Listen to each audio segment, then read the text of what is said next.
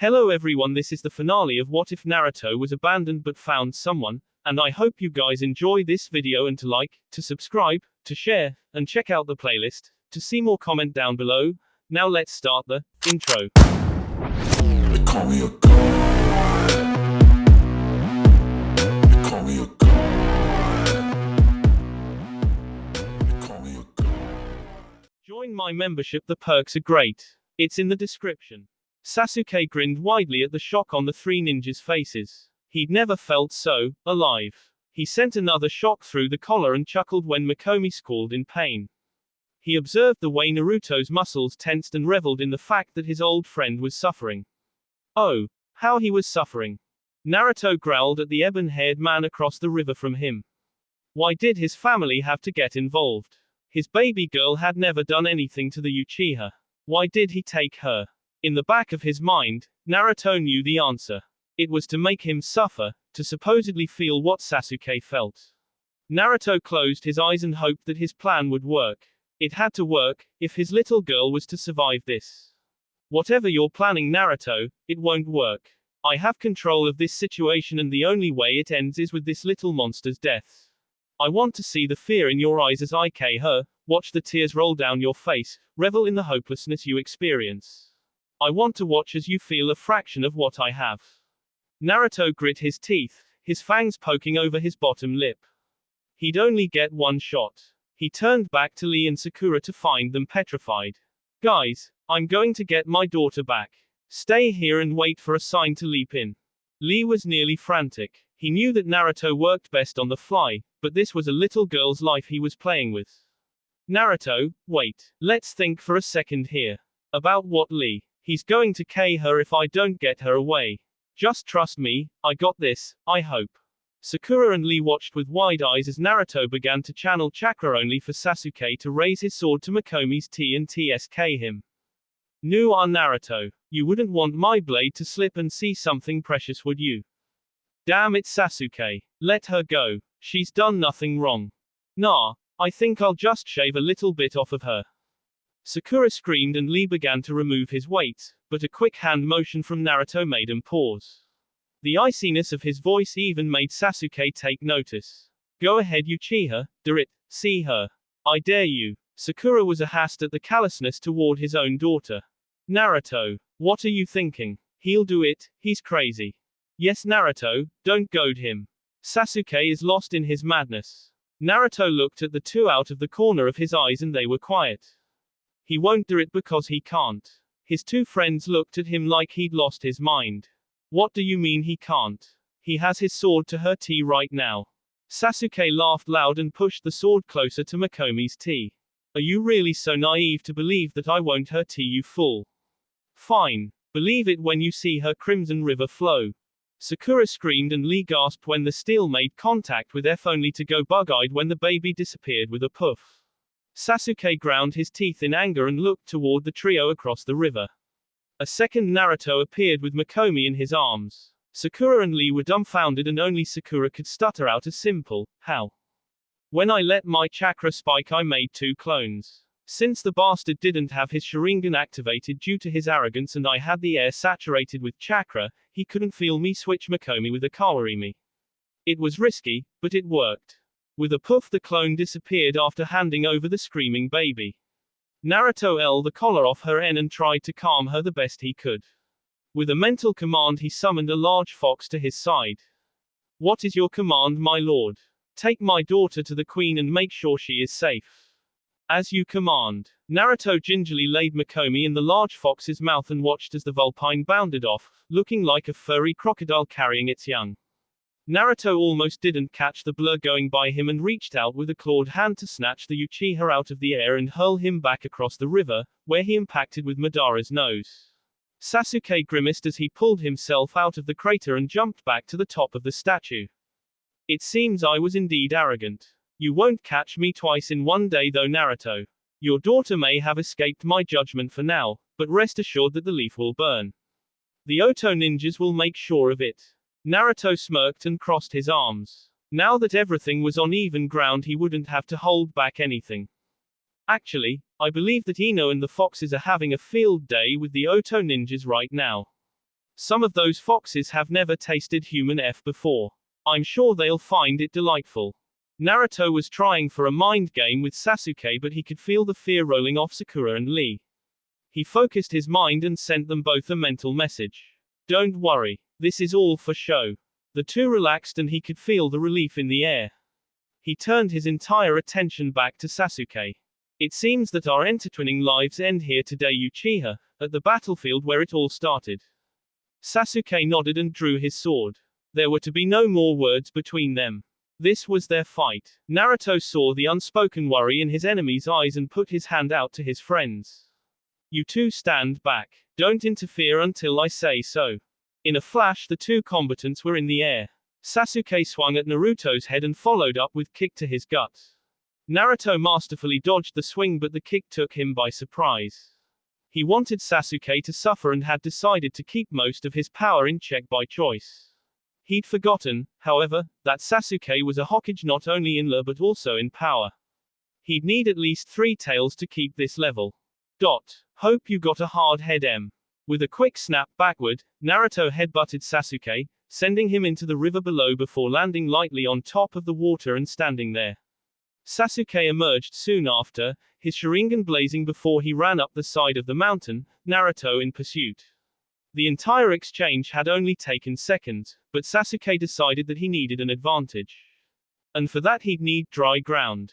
As soon as he reached the top of the statue, he leapt for the riverbank and flashed through the needed hand seals before crying out, Kuchio's no jutsu, and grinned victoriously as he stood atop Handra's head.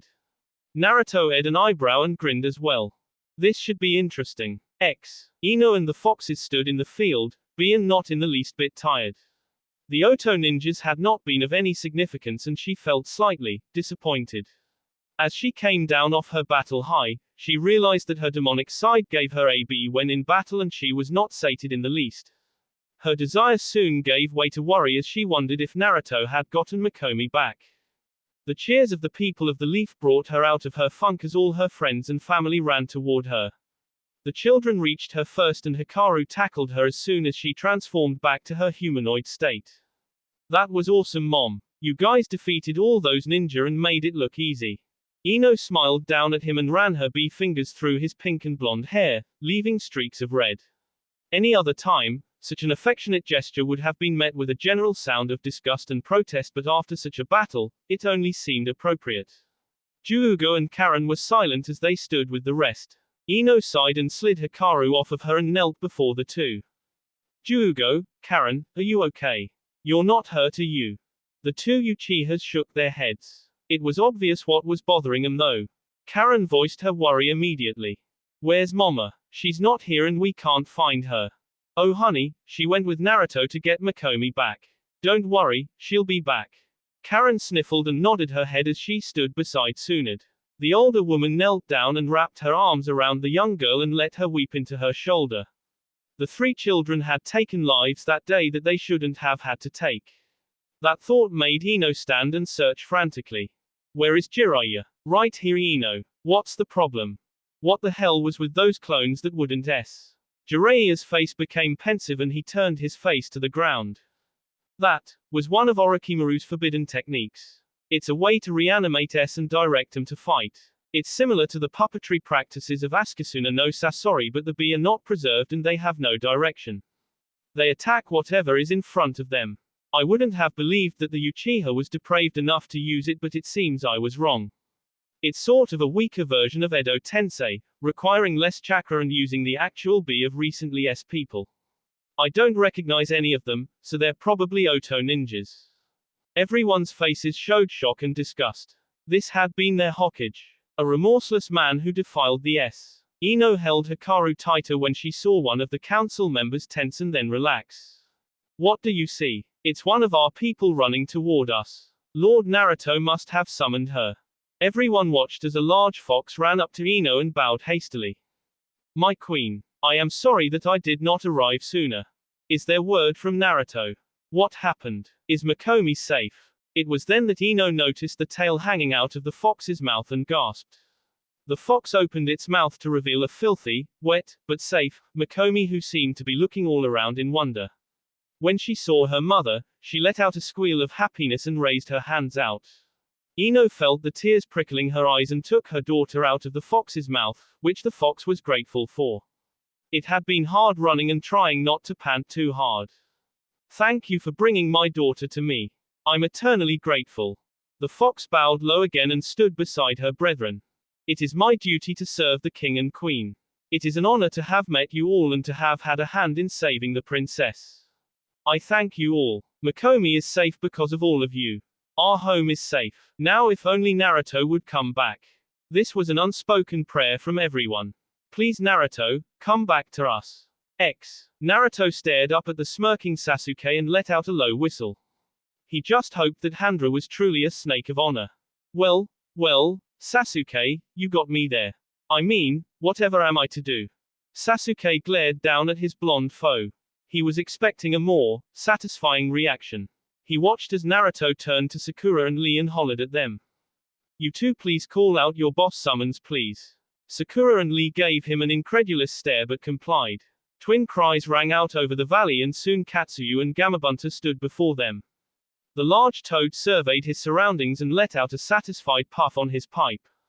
Ah, so it's finally come to this. I was wondering how long it would take. The little pipsqueak has finally bit off more than he could chew. Katsuyu nodded her enormous head and looked at Handra. I believe he finally has, indeed, Gamabunta. Lord Handra, how are you? Have you been well? As well as can be Lady Katsuyu. My people are flourishing now. Sasuke stamped his foot on Handra's head and glared down angrily at him. I didn't summon you here to chit-chat with the other summons. I called you here to help me defeat my enemy. Handra hissed angrily and glanced around. Who is my enemy? The blonde one on the ground. Handra glanced down at the Fox King and saw him merrily waving at him with a huge smile on his face. The snake boss rolled his eyes toward the top of his head and chuckled. Kukukuku, I see. I refuse. Sasuke balled his fists in anger and screamed at the top of his lungs. What do you mean you refuse? Handra hissed angrily and opened his mouth, showing off his poisonous fangs. I am in an alliance with the Vulpine and I am honor bound to abide by it. I have sworn not to attack him if he doesn't attack me and I shall not. You are the enemy of my ally. Do not call me or my people again. Consider your summoner status revoked. If you call any of us, we shall devour you immediately. Lord Naruto, forgive my interruption. Naruto smiled and waved his hand dismissively. Oh, not at all. Don't apologize. I expect you to call upon me again someday. Hi, I shall. Handra nodded his head and with a hiss in Sasuke's direction, dismissed himself. Sasuke was unceremoniously dumped on the ground and stood up trembling with fury. Gamabunta and Katsuyu stood to the side and watched. Handra should have stayed and watched the fireworks. I ain't missing this for the world. I agree, it will be interesting to see whether or not this plays out the way I think it will. Sakura and Lee kept silent, still unsure as to what the hell was going on. Naruto watched with mild interest as Sasuke flipped through a set of unfamiliar hand seals and decided to call him on it. Hey L, what you doing? I'm going to make you suffer more. Seriously Sasuke, you can't hurt me physically, you know that. The look on the Uchiha's face was frightening. He appeared to have leapt into the abyss of madness. The sinister grin that splayed across his face was abominable. I don't intend to hurt you physically. I'm going to hit you where it really hurts. I'm going to let those you wish you had and one you love hurt you for me. Naruto's fear grew steadily with each word. What do you mean? As Sasuke finished the last seal, he called out two simple words. Edo Tensei. X. The four bystanders were appalled at what was about to happen. Messing with the S was taboo. It went against the order of life. X. Naruto watched with wide eyes as three coffins erupted from the ground and three figures staggered out, parts of their bee missing. He felt tears creep into his eyes as he looked at the leftmost one. The short man he recognized as the first one to show him kindness, to show him he was wanted. The head slowly lifted to show the face of Sarutobi in his prime. The old Hokage glanced at the blonde in front of him and slowly swung his head to his left. Two pairs of eyes met his and he felt despair. Naruto was starting to hyperventilate. This couldn't be happening. It wasn't happening. It was all a bad dream. The red-headed woman looked to the taller blonde and the brown-haired man in awe. Minato. Sarutobi, what are we doing here? Where are we? Kushina. Kushina. The small woman felt herself wrapped up in an immense hug and stared in disbelief at her husband. Minato, how are you here? What happened? Why are we here? I know why we're here. The couple turned to see Sarutobi's downtrodden visage as he stared at the black-haired man behind them. They turned to him and waited for an explanation. This is known as Edo Tensei, a forbidden technique. It calls forth the souls of the S and reanimates them to fight for the caster of the jutsu. It is necromancy at its worst. Minato looked confused. But, then why were we called out of all those he could have summoned? It's because of who we are to fight. The utter sadness of his words were not lost on them. Kushina hesitantly asked who they were supposed to fight. Sarutobi nearly broke down when he answered. Your son. The couple gasped and turned as one to the one they were supposed to fight. They took in everything about him. His blonde hair, his blue eyes, the whisker marks on his cheeks, the 9 tails waving behind him, the ears on top of his head, the fangs hanging over his bottom lip. But most importantly, they took in the sorrow of his eyes and the trails of tears running down his cheeks. Minato uttered the one word that destroyed the dams of Kushina's emotions. Naruto. She began to wail loudly before Sasuke appeared behind her holding 3 kunais with tags attached. He watched with glee as her sobs stopped and her eyes took on a look. Minato stood silently as his head was pierced by the kunai and never stopped looking regretfully at his son. Sarutobi was the last and he looked back at the Uchiha with such a disappointed look. So you truly followed in the footsteps of my student. I am disappointed in you, Sasuke. I had thought better of you. I did what I had to do to survive. Now I seek to take revenge on my enemies before This isn't the way. Shut up and do my bidding. He jammed the kunai in the back of Sarutobi's head roughly and watched with satisfaction as all 3 completed their transformation. Turning to Naruto, he took in the defeated slump of his shoulders and the rivers of tears cascading down his cheeks. Do you see now what I have planned for you? I've brought back your precious Sarutobi and your parents for you, only to have you take them away. A fitting punishment, I believe. Naruto stared hard at the Uchiha and his teeth began to grind furiously. Punishment. Punishment. You're messing with the natural order, Sasuke. You've desecrated the S. And if all goes to plan, so will you. There's only 2 ways to let their souls leave this plane of existence. And they are. Sasuke shook his head and wagged his finger, like he was scolding a child. That would be telling. It's much more fun to see you work it out on your own. Naruto didn't see Lee and Sakura leap down beside him, but he felt their presence on either side of him. He was grateful for that. Sakura stared sadly at the scene before her. I guess, I'll take your mother, Naruto. I'm sorry. Yes, I'll take the Sandaime. This is very bad, Naruto, that leaves you with my father, the man who started this whole ball rolling. Naruto slowly raised his gaze to lock eyes with Sasuke, who just stood there. His features became more and more feral as his eyes bled to red. He was lost in fury and despair. Once I've finished here, Sasuke, I'm coming for you. I'll personally see you taken by the Shinigami. I wouldn't have it any other way. He slowly turned his attention back to the soulless stare of the Yondaime and let out a shuddering breath. Let's begin. It was said years later that you could feel the colossal clash of the powers at the Valley of the End that day. The jutsus used were phenomenal and the land was devastated and changed forever. The statues of the Shodaime and Uchiha Madara were destroyed and the river between them nearly had its course changed. It was horrific and sublime at the same time. Sakura had never known what Kushina was capable of. There were no records of her in the Konoha archives. No one had ever known about her. But outside Konoha, she was a feared Kunoichi, almost on the same level as Tsunade. Not because of strength, nor because she had devastating jutsus, but because of her ferocity in battle. It was like fighting a tigress protecting her cubs. Sakura ducked a kick aimed at her head and reached out to grab onto Kushina's leg to crush it. She caught the appendage and wrenched it completely out of the socket, only to have the red-haired woman stand still and wait for the leg to reform. Suddenly, Sakura remembered why Tsunade had made her study the Sandaime's battle against Orochimaru. It was specifically for studying this particular jutsu. As Sakura ducked and dodged various kicks and punches, she tried to remember what the secret was to this forbidden technique. Dismemberment didn't work, since the L would simply reform.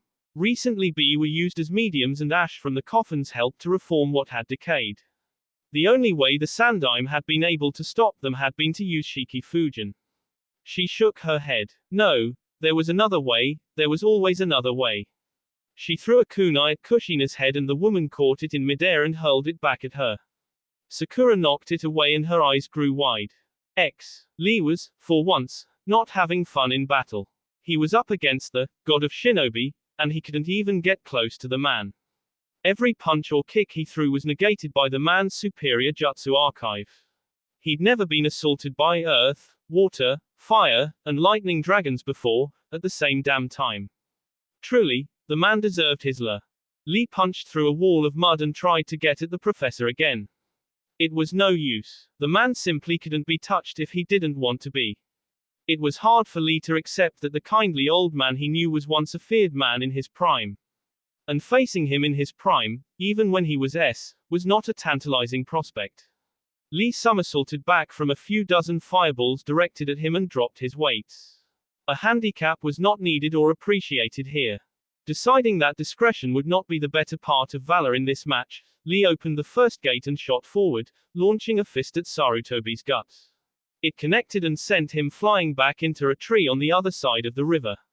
Not wanting to give his opponent an inch, Lee leapt over the span of the river and made to dropkick the Sandaime in the sea.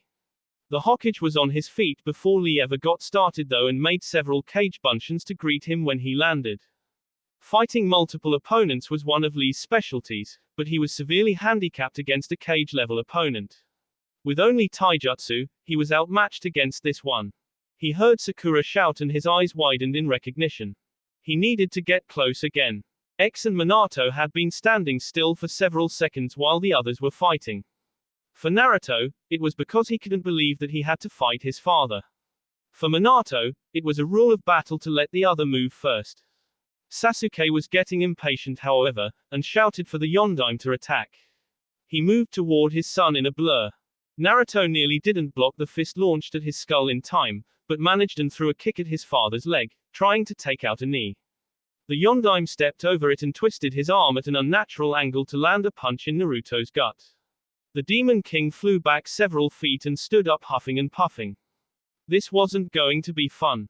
Of all the ways, in all the dreams he'd had, this was the worst family reunion ever. It wasn't fair, that he should have to take his parents and his adopted grandfather's lives just to satisfy a cruel man's whim. But, if his children were to ever be safe, he'd have to. He formed the Rasengan in his hand and grimaced when his father mimicked him. They both rushed forward and the two spiraling balls collided. The burst of energy backlash was felt all the way in Konoha and it made the fox's fur stand on end. Naruto leapt back as the balls began to spiral out of control and the energy dissipated in a huge dome, throwing Minato back and into the river. Naruto watched in morbid fascination as the man's right side was obliterated by the blast and then began to reform as he clambered out of the water. He heard Sakura shout and focused on her voice for but a moment. So, there was another way to end it. Destroy their heads and take the tagged kunai out. That dissipates the jutsu and makes them vulnerable. She leapt forward and threw a chakra-enhanced punch at the woman's head, only for her to shrink back, as if afraid. But Sakura knew now that she was right.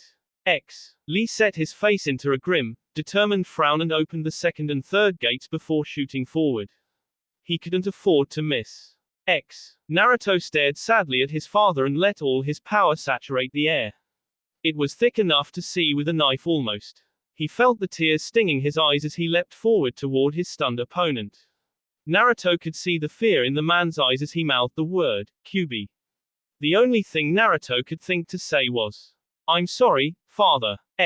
3 hands plunged into 3 heads as one and yanked out the offending kunai and hurling them into the river. All 3 recently revived people stopped what they were doing and turned to the young men and women that stood before them. Sarutobi recognized them again and bowed his head.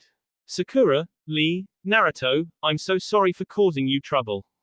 Sakura and Lee were too far into trying to hold back the tears as the blonde and redhead approached Naruto. Kushina latched onto him with her quickly eroding body and sobbed. I just wanted to hold my baby one time in my life. Just one time. Minato clapped a hand on his son's shoulder and looked up at the sky. I'm sorry for what I had to do, son. I never wanted this for you, for us. Naruto didn't trust his voice at the moment and just stood still, trying not to break down. He vaguely heard Lee and Sakura shout before he heard a thunderous cry. Gukakyu no Jutsu. The flames did little to Naruto, but he watched in horror as his three most precious people were incinerated in the fire. His hard, red eyes turned to Sasuke and the smug look on his face did nothing to abate the hatred he felt. Such a touching family moment, but that wasn't why I brought them here. I believe I brought them here to destroy your emotions. They were worthless in that regard. Naruto threw his head back and howled, his rage shaking the very skies. I never got to say goodbye, or that I loved them. Time seemed to stop all of a sudden as Naruto caught a shimmering figure hovering off to the side of the battlefield. His eyes bulged when he recognized it as the Shinigami. He growled and the Shinigami twisted its head to meet his gaze. I did not call you here, Death God, and neither did he. What purpose do you have here? One of you will feed me this day. I have come to observe before my feast. As long as you do not interfere. I shall not. But hurry, my hunger grows. Naruto turned his attention back to Sasuke to see him flipping through hand seals.